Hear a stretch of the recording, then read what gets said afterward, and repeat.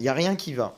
Petit 1, c'est pas possible sur le plan technique ou c'est problématique sur le plan technique parce qu'à partir du moment où vous mettez des backdoors, il n'y a donc plus de chiffrement. Petit 2, c'est problématique sur le plan du respect des libertés parce que ça reviendrait du coup à avoir quelqu'un qui surveille en permanence l'envoi de courrier. On pourrait dire c'est quelqu'un qui pourrait voir en permanence ce qu'il y a à l'intérieur des enveloppes qui seraient envoyées d'une personne à une autre. Petit 3, c'est problématique sur le plan du risque d'ingérence dans notre pays, puisque ça voudrait dire que des puissances étrangères pourraient avoir accès à l'intégralité des communications qu'on lui en France.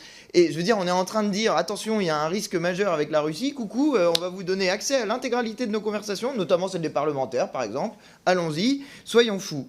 Enfin, c'est problématique sur le plan de la lutte contre le narcotrafic, qui est censé être le projet de cette proposition de loi, puisque précisément, ça revient à dire aux narcotrafiquants quel logiciel il ne faut pas utiliser.